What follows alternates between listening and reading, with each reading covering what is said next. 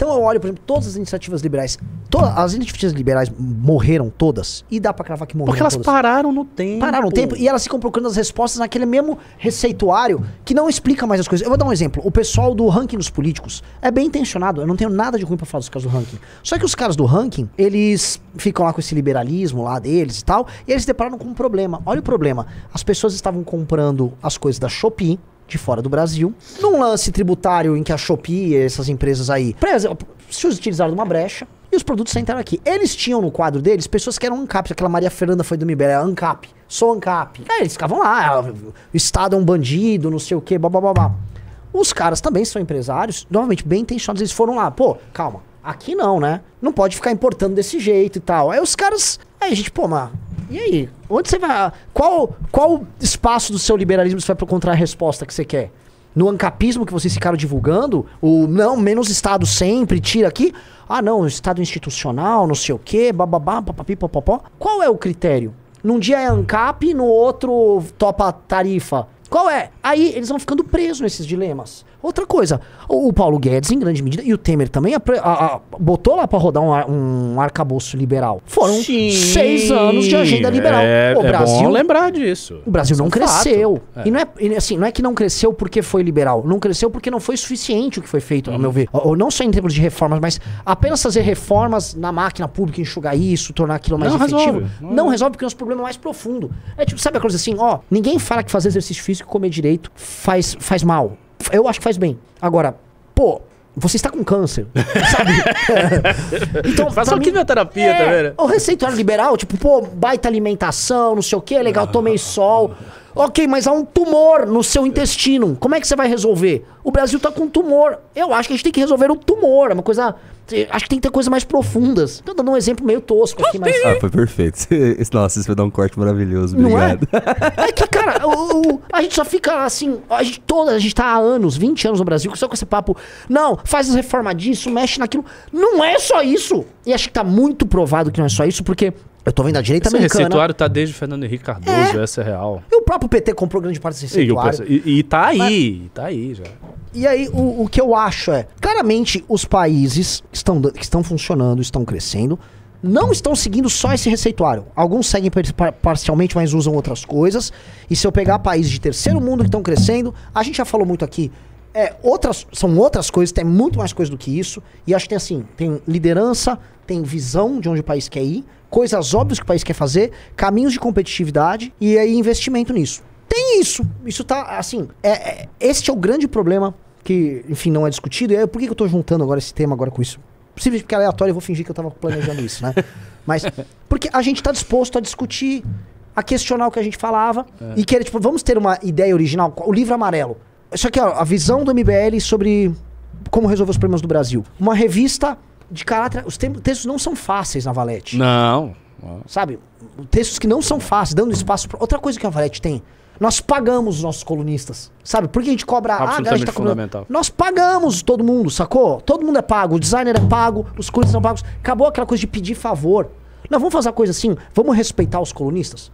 Vamos pagar decentemente a galera? Então... Isso é diferente, a gente tá querendo fazer um negócio diferente. Aí, cara, sabe, ontem tava lindo o evento nosso. E eu tava falando uma coisa que veio um cara parou, sentou do meu lado.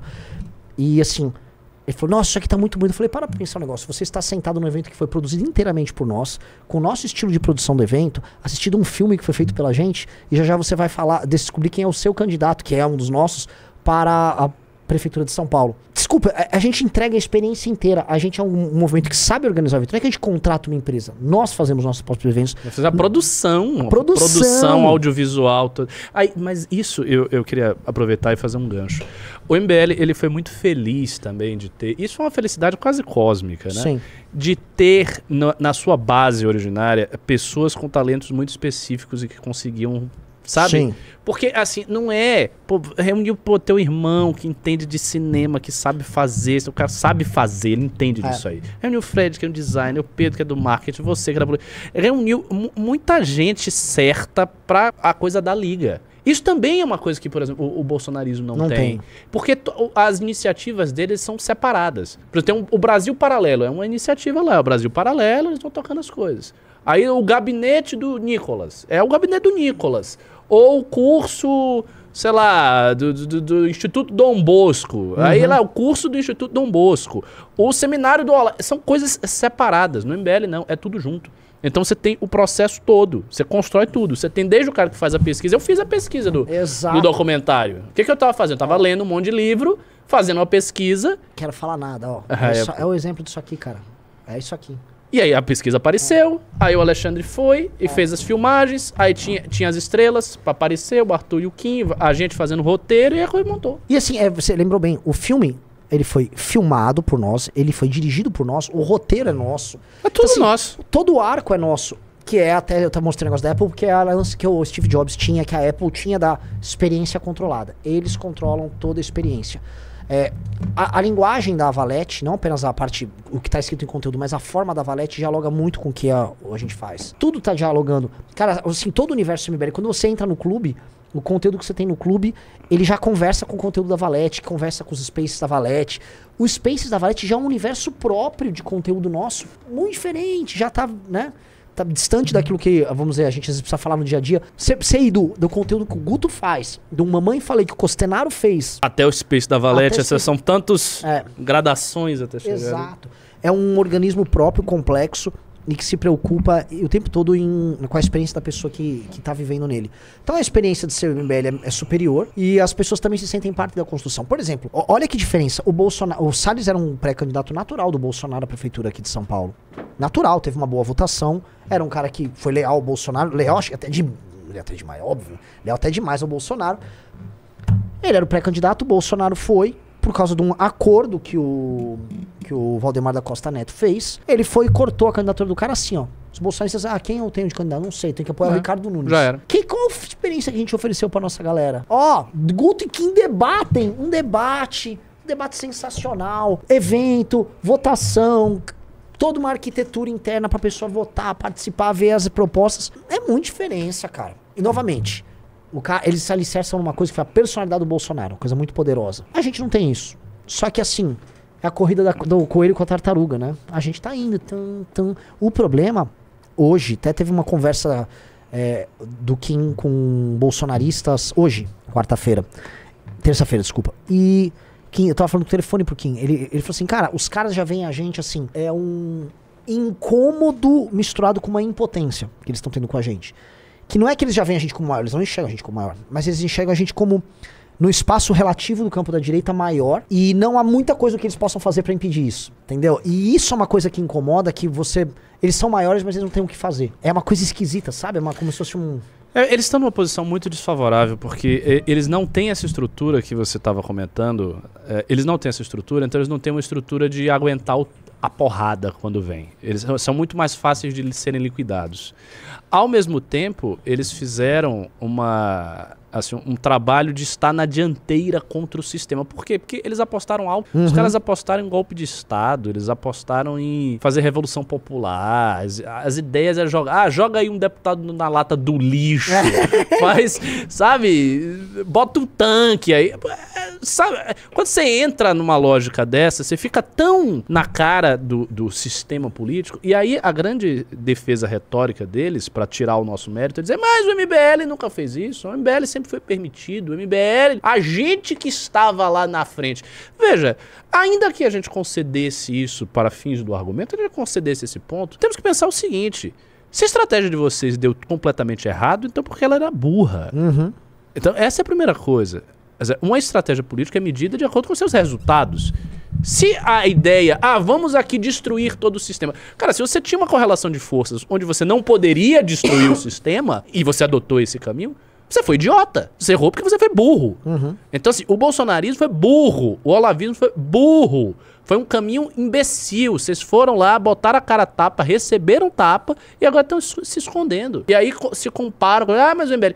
A gente sempre fez duras críticas ao sistema, à imprensa, tudo. A gente tá numa batalha contra Sleep Giants. A gente já teve batalhas contra a Folha, batalhas contra a Globo, batalhas contra o STF, já pedimos impeachment de ministro do STF, já fizemos um monte de coisa. Mas nós tínhamos o cuidado de fazer essas coisas todas dentro de um limiar do que é juridicamente aceitável, entendendo o que dá pra fazer, modulando o discurso, enfim, não sendo imbecil. E este fato fez a gente ficar muito mais preservado do que os caras. Então, assim, simplesmente os caras são idiotas. Absolutamente perfeito. Tipo, não peçam pra gente, tipo, fazer o que o Daniel Silveira fez.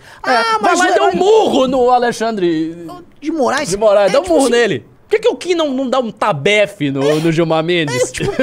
Mais um exemplo como eles são idiotas e não sabem o que estão fazendo. Ó, culpa do PL achou grotesca a foto do Bolsonaro seminu. E deu problema a foto do próprio PL. Os caras, você tá louco, mano? Não, mas foi grotesco. Foi grotesco.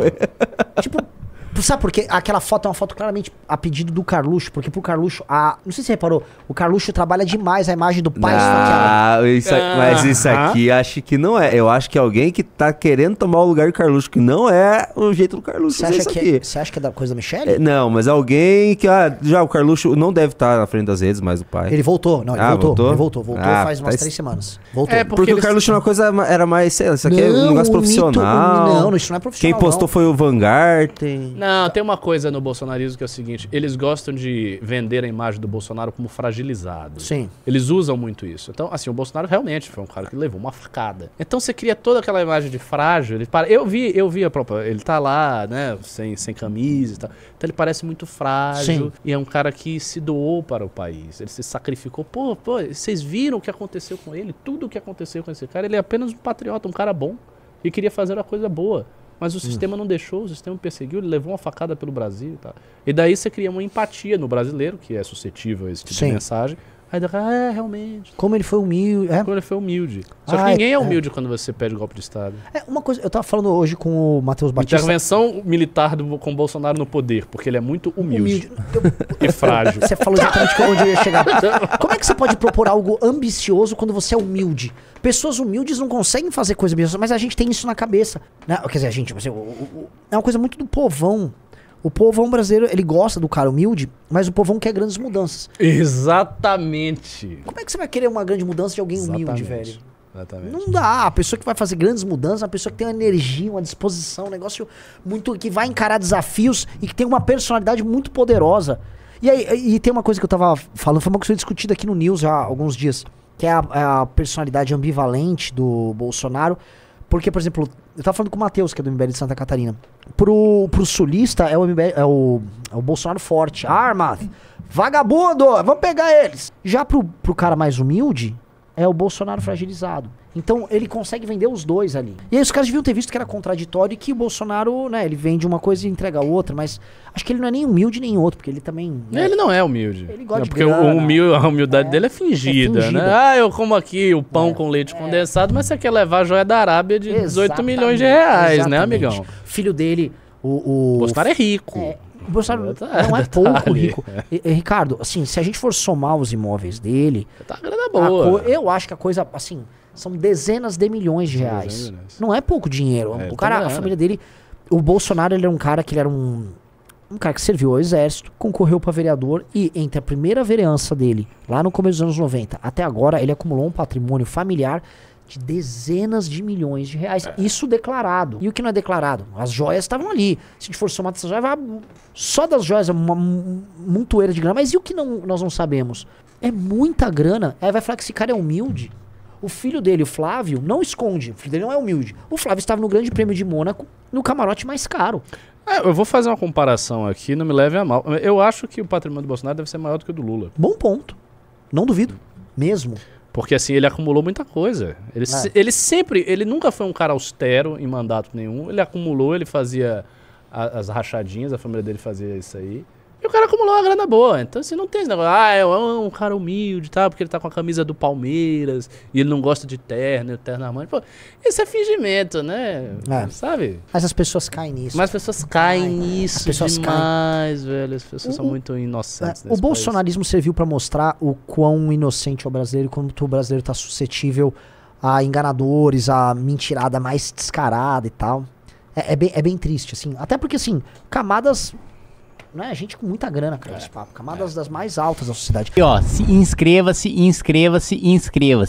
Se não bater essa meta de inscritos, eu vou ter que renunciar ao mandato, que eu assinei um contrato aqui, então eu preciso que vocês se inscrevam aí e a gente bata a meta de inscritos, tá bom? Mas tudo bem também, se vocês quiserem que eu renuncie, depois dá uma olhada lá quem é meu suplente. Um abraço.